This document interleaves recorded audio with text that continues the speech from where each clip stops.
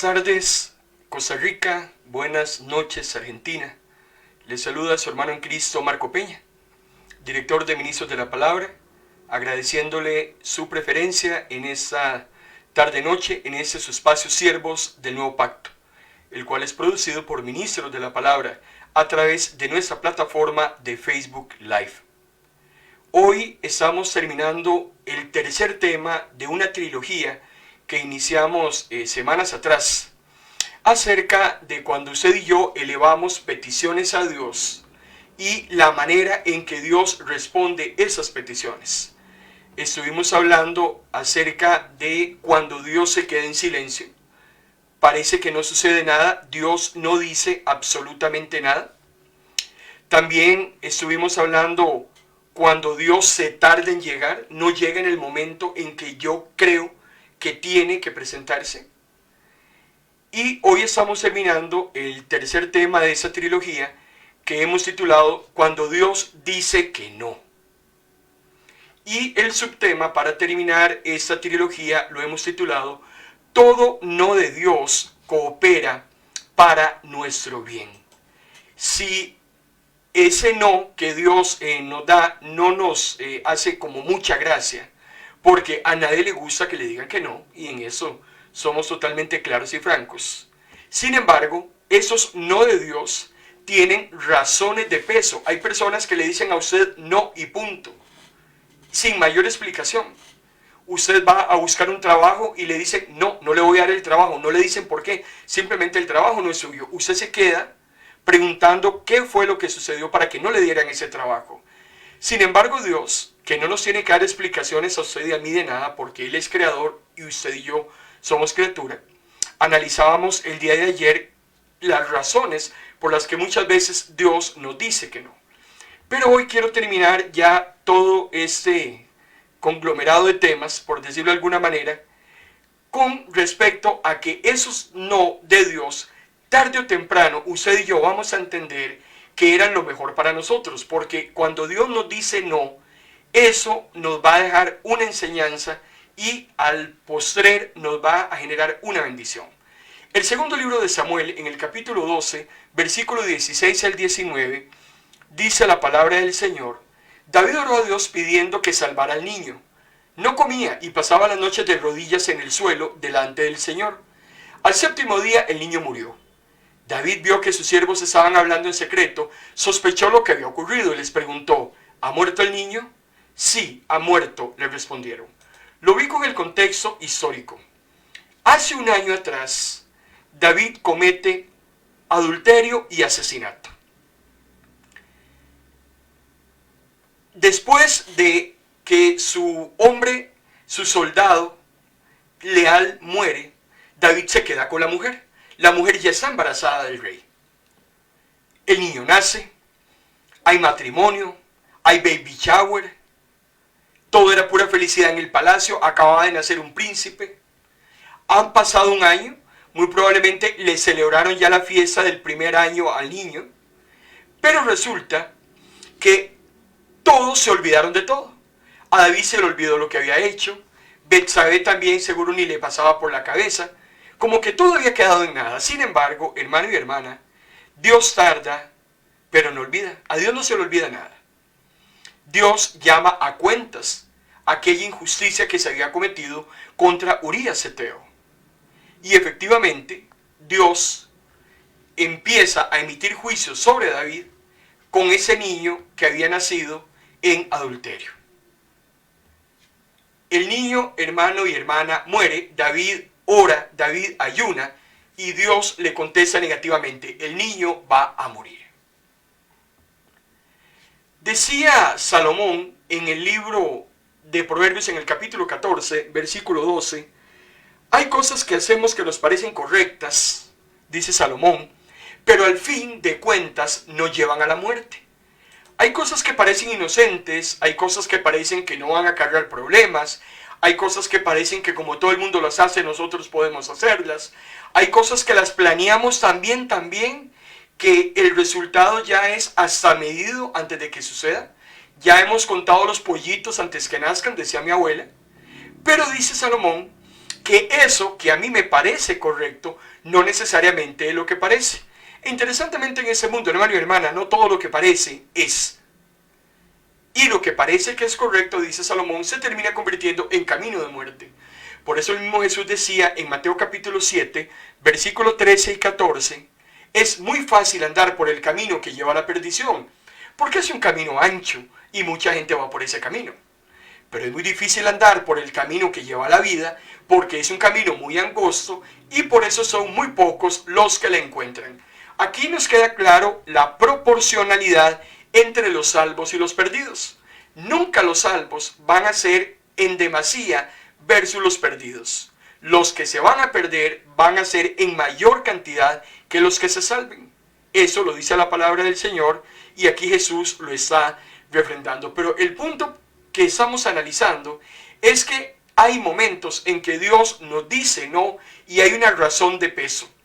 El tema de ese niño definitivamente era algo que no había sido aprobado por Dios, no había estado bien, el nacimiento del niño había sido producto de un adulterio, el niño no tenía la culpa, no estamos hablando del niño, estamos hablando de David y de Betsabé. El niño enferma y Dios le dice no, ese niño no va a sanar. Ahora, viendo lo bueno de lo que no parece ser tan bueno, lo que parece una tragedia, que es la muerte del niño, amado hermano y hermana, se convirtió en una bendita misericordia de Dios para David. Vean qué interesante. Lo que parecía una tragedia con la muerte del niño, termina siendo más bien misericordia para David, porque a David se le había olvidado lo que le había hecho a su soldado leal. Se había dejado a su mujer, había tenido relaciones con ella, la había dejado embarazada, mandó a su soldado a morir, se termina dejando a la mujer, se casa con ella, nace el niño y parece que nada había pasado. Sin embargo, Dios en su misericordia va a buscar a David y lo confronta. Ya ha pasado un año, a David se le había olvidado. Dios va y se le presenta a David, porque David nunca iba a ir a buscar a Dios. Y eso le ha pasado a usted y me ha pasado a mí. Llegan momentos en nuestras vidas en que nos olvidamos de Dios, y si no es porque Dios nos sale al encuentro y nos confronta a través de una enfermedad, a través de quitarnos algo, a través de ponernos contra las cuerdas, si Dios no hace eso, nosotros nunca es capaz que lo hubiéramos hecho. Bendita misericordia divina de Dios. El deceso de ese niño ubica a David en su contexto, en su realidad. No era la falacia de vida que había estado viviendo con su nueva esposa y su nuevo hijo. Todo eso era una mentira. Si había estado a través de una gran tragedia, de un gran pecado que había cometido. David es recordado en su falta, David es confrontado, y bendito Dios porque David confiesa su pecado, David pide perdón. Usted lee el Salmo 32, lee el Salmo 51, son salmos que están relacionados con ese acontecimiento de Urías, Eteo y Betsabé. Y David decide avanzar. Dice el segundo libro de Samuel, capítulo 12, versículo 20 al 23, David se levantó del suelo, se lavó, se cepilló el cabello, se cambió la ropa, entra al santuario, adora al Señor. Luego regresa al palacio y come. Ayuné y lloré mientras el niño estaba vivo, porque me dije, quizás el Señor tendrá misericordia de mí y dejará vivir al niño. Pero ¿por qué, dice David, he de ayunar si ya ha muerto? ¿Puedo hacerlo revivir acaso? Yo iré a él, pero él no regresará a mí. Fue muy duro la manera como Dios le habla a David y cómo Dios arregla un montón de entuertos a través de esa petición de sanidad que le hace David a Dios por el niño. Vean qué interesante. Hasta que el niño se enferma, David se acuerda que existe un Dios. David se acuerda que tiene un Dios el cual puede hacer algo al respecto. Sin embargo, Dios utiliza esta situación para volver otra vez a poner a David en sintonía con el Señor, en una relación que ya se había perdido por el pecado que David había cometido. El apóstol Santiago nos dice en el capítulo 1, versículo 3, cuando su fe sea puesta a prueba, producirá en ustedes firmeza. Tarde o temprano, hermano y hermana, lo que Dios hace con usted y conmigo nos enseña realmente cuál es su perfecta voluntad, nos enseña de qué cosas nos pudo haber estado librando Cuando Dios le dice a usted que no, ese no, hermano y hermana, es porque Dios nos ama tanto. Porque si Dios no nos amara, Dios nos dejaría la libre y que nos desbarranquemos haciendo lo que nos dé la gana. Por eso, bendita misericordia de Dios, que se ha interpuesto en los momentos justos y precisos para que usted y yo evitemos grasos errores. Uno de Dios le enseña a usted y me enseña a mí a soportar. Cuando creemos que Dios es el genio de la lámpara, que simplemente la frotamos, sale y cumple los deseos, el problema es que cuando Dios no los cumple, ya usted y yo nos desanimamos. Y le corresponde a cada uno decidir si ese no de Dios destroza nuestra fe o la fortalece. Yo no puedo decidir por usted, usted no puede decidir por mí. Pero cuando Dios a mí me dice que no, yo tengo que decidir si ese no de Dios más bien me va a levantar o más bien por mi propia cuenta voy totalmente a caer hacia el vacío. Un no de Dios nos enseña a soportar incluso cuando usted y yo no entendamos por qué Dios nos dice que no. Tal vez Dios quiere fortalecer su paciencia, tal vez Dios quiere fortalecer mi compasión, tal vez Dios quiere fortalecer su humildad, tal vez Dios quiere tratar con mi mansedumbre, tal vez Dios quiere enseñarle a usted y enseñarme a mí nuevas lecciones sobre abnegación, sobre dejar de confiar en nosotros mismos. Creemos que la tenemos toda con nosotros. Le apostamos a un trabajo, le apostamos a una casa, le apostamos a un dinero en el banco.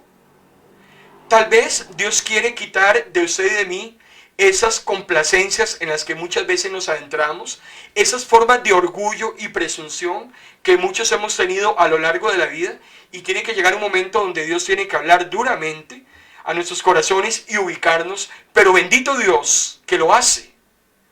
Porque si no fuera así, hermano y hermana, si nosotros continuáramos con el ritmo que traíamos hasta el día de hoy, quién sabe dónde estaríamos en este momento. Tal vez el propósito de Dios es acercarnos más a Él. Tal vez Dios quiere prepararnos para nuevas formas de servicio que tiene preparadas para nosotros en un futuro cercano.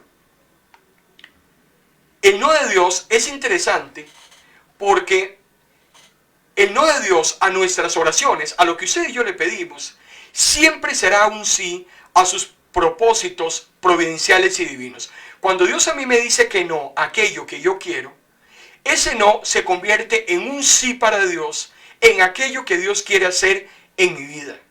Y por eso es que dependiendo de cómo nosotros veamos esa respuesta negativa, así Dios va a poder seguir avanzando en su voluntad sobre lo que quiere hacer con cada uno de nosotros. Nosotros, hermano y hermana, somos una casa viviente, para que hagamos una analogía, y Dios entra en esa que es nuestra casa para hacer toda una reconstrucción. Dios arregla los desagües, detiene las fugas, revisa las goteras en el techo y va poco a poco trabajando. Dios sabe cuáles trabajos tienen que realizarse, por lo tanto usted y yo no deberíamos sorprendernos. Pero de pronto Dios empieza a golpear la casa de una manera que nos empieza a doler y que pareciera que no tiene sentido.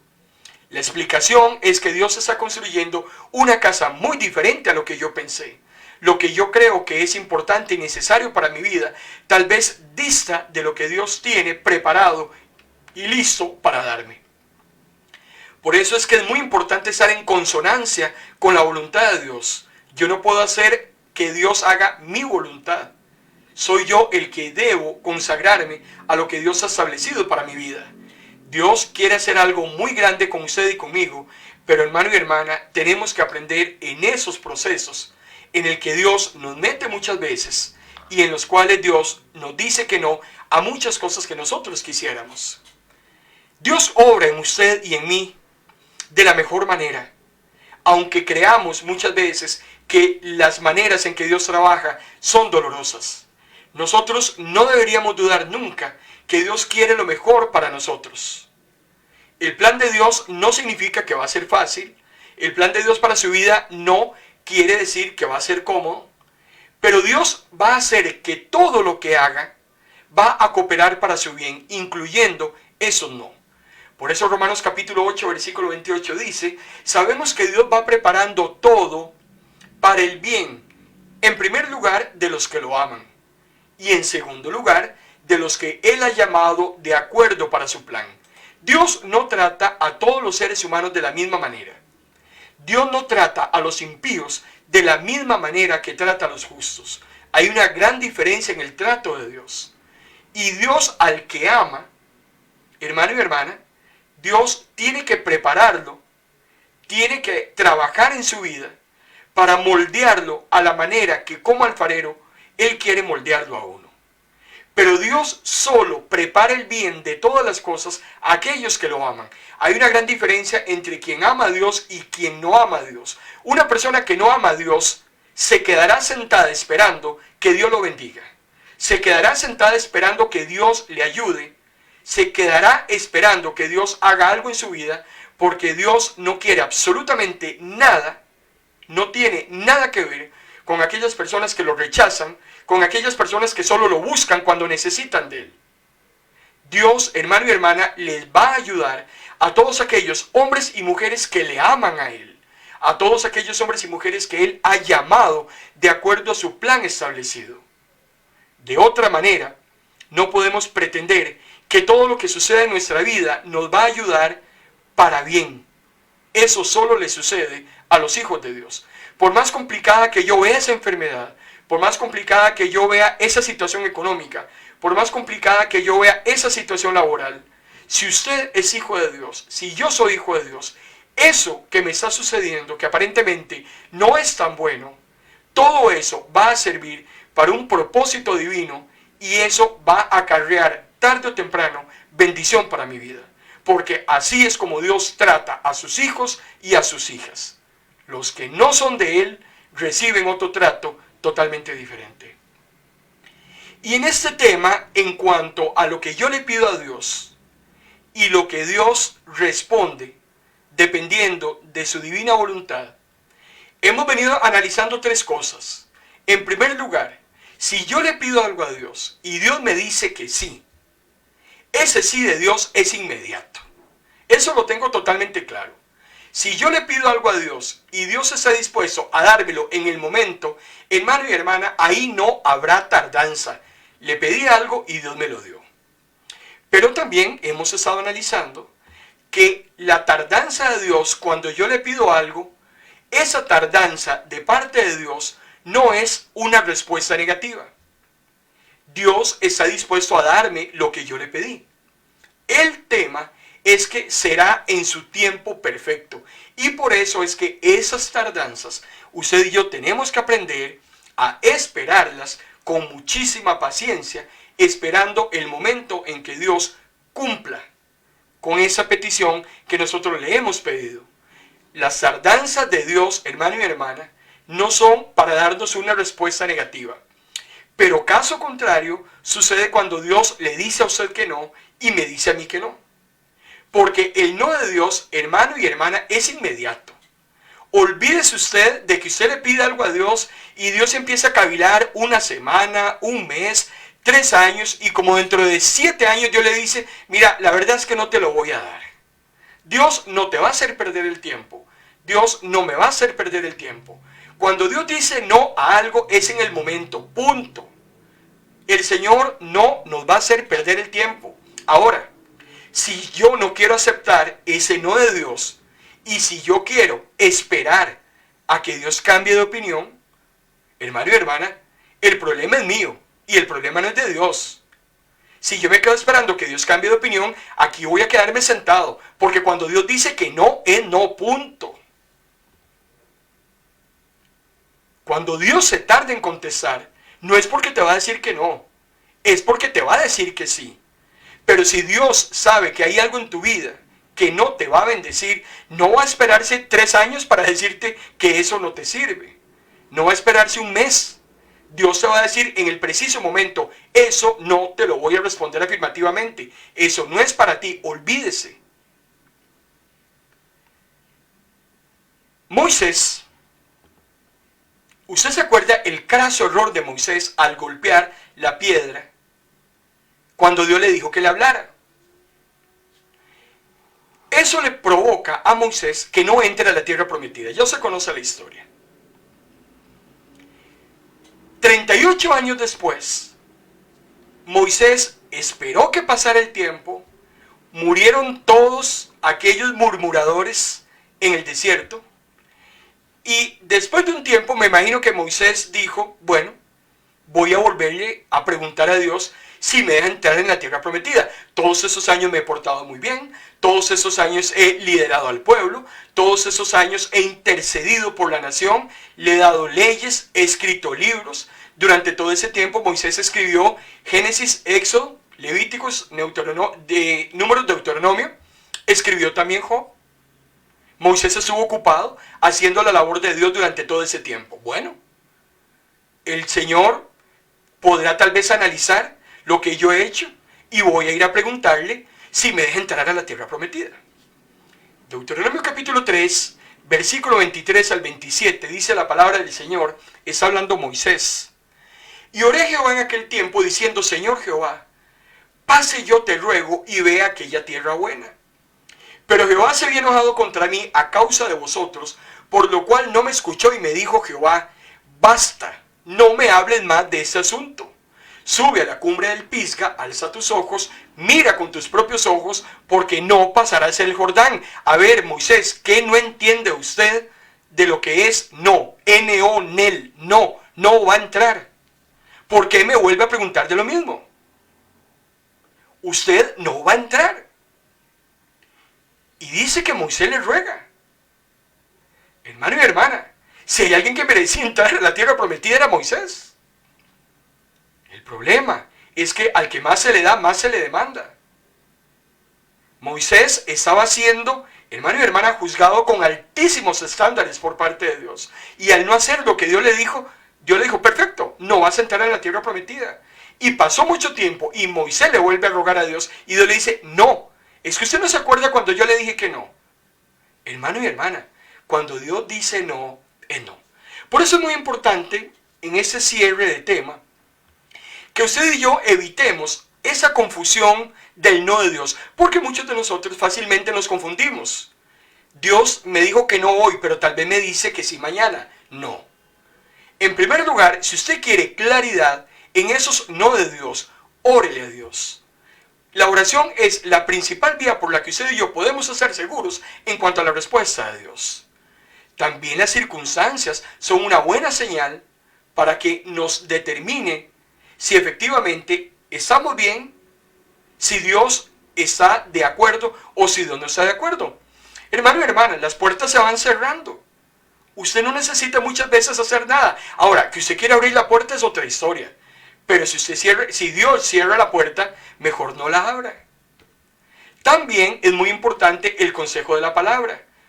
Una íntima comunión con Dios a través de la oración, a través de la palabra, en una conexión permanente con Dios, hermano y hermana, nos va a enseñar a usted y a mí cuál es la perfecta voluntad de Dios. Por eso es que tenemos que entender que Dios no siempre nos va a decir que sí. Y no nos enredemos, no nos confundamos y simplemente aceptemos que todo aquello que nos sucede coopera para nuestro bien. Por eso el apóstol Pablo decía, no os conforméis, Romanos capítulo 12, versículo 2, no os conforméis a ese siglo, sino transformaos por medio de la renovación de vuestro entendimiento, para que comprobéis cuál sea la buena voluntad de Dios, agradable y perfecta. Dios siempre va a querer lo mejor para usted y para mí. Tal vez le diga sí y se lo va a decir de inmediato. Tal vez le diga espérese y esa tardanza es porque Él se lo va a dar en su tiempo. O tal vez Dios le va a decir que no de una vez para que usted no pierda tiempo, para que usted no le insista y para que usted y yo nos sometamos a su voluntad. Que usted y yo sabemos, hermano y hermana, que al final de los finales su voluntad es lo mejor que a usted y a mí nos puede suceder. Te damos gracias, Señor, en esta noche por tu palabra. Gracias porque tú nos hablas de muchísimas maneras. Corresponde a cada uno de nosotros, Señor, decidir si queremos seguir bajo tu cobertura o si queremos seguir haciendo lo que siempre hemos hecho y siempre obtenemos el mismo resultado, el fracaso. Que podamos aprender, Señor, a interpretar la manera como tú nos hablas, la manera como tú nos guías, la manera como tú nos direccionas. que podamos ser más disciplinados en la oración, que podamos ser más disciplinados en el consejo de tu palabra, que podamos ser más disciplinados en esa conexión íntima, Señor, que solo así podemos entender qué es el plan que tú tienes para cada una de nuestras vidas. Recibe toda la honra y toda la gloria en el nombre de Cristo Jesús. Amén. El próximo jueves, amado hermano y hermana, vamos a iniciar una nueva trilogía. El próximo jueves vamos a hablar acerca del consuelo de Dios. Primero vamos a entender un poco acerca de la fragilidad de nuestra vida. Nuestra vida es frágil. Hoy estamos, mañana no estamos. No podemos contar con lo que vamos a hacer mañana, porque en cualquier momento algo puede suceder. Vamos a hablar también acerca del consuelo de Dios en medio de la muerte. Qué importante es sentir ese bálsamo de ternura de parte del Señor cuando estamos atravesando la pérdida de un ser querido. Y también en nuestro tercer segmento de esta trilogía hablaremos acerca del shalom que sobrepasa todo entendimiento. Ese consuelo de Dios, hermano y hermana, esa paz de Dios no es la paz como la del mundo.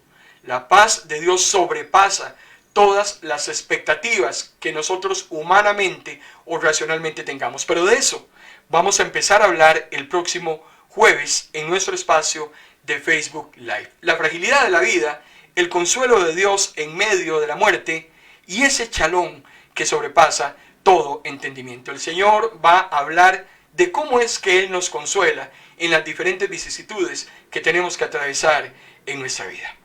Le saluda a su hermano en Cristo, Marco Peña, amado hermano y amada hermana. Que Dios le bendiga grandemente y será hasta la próxima.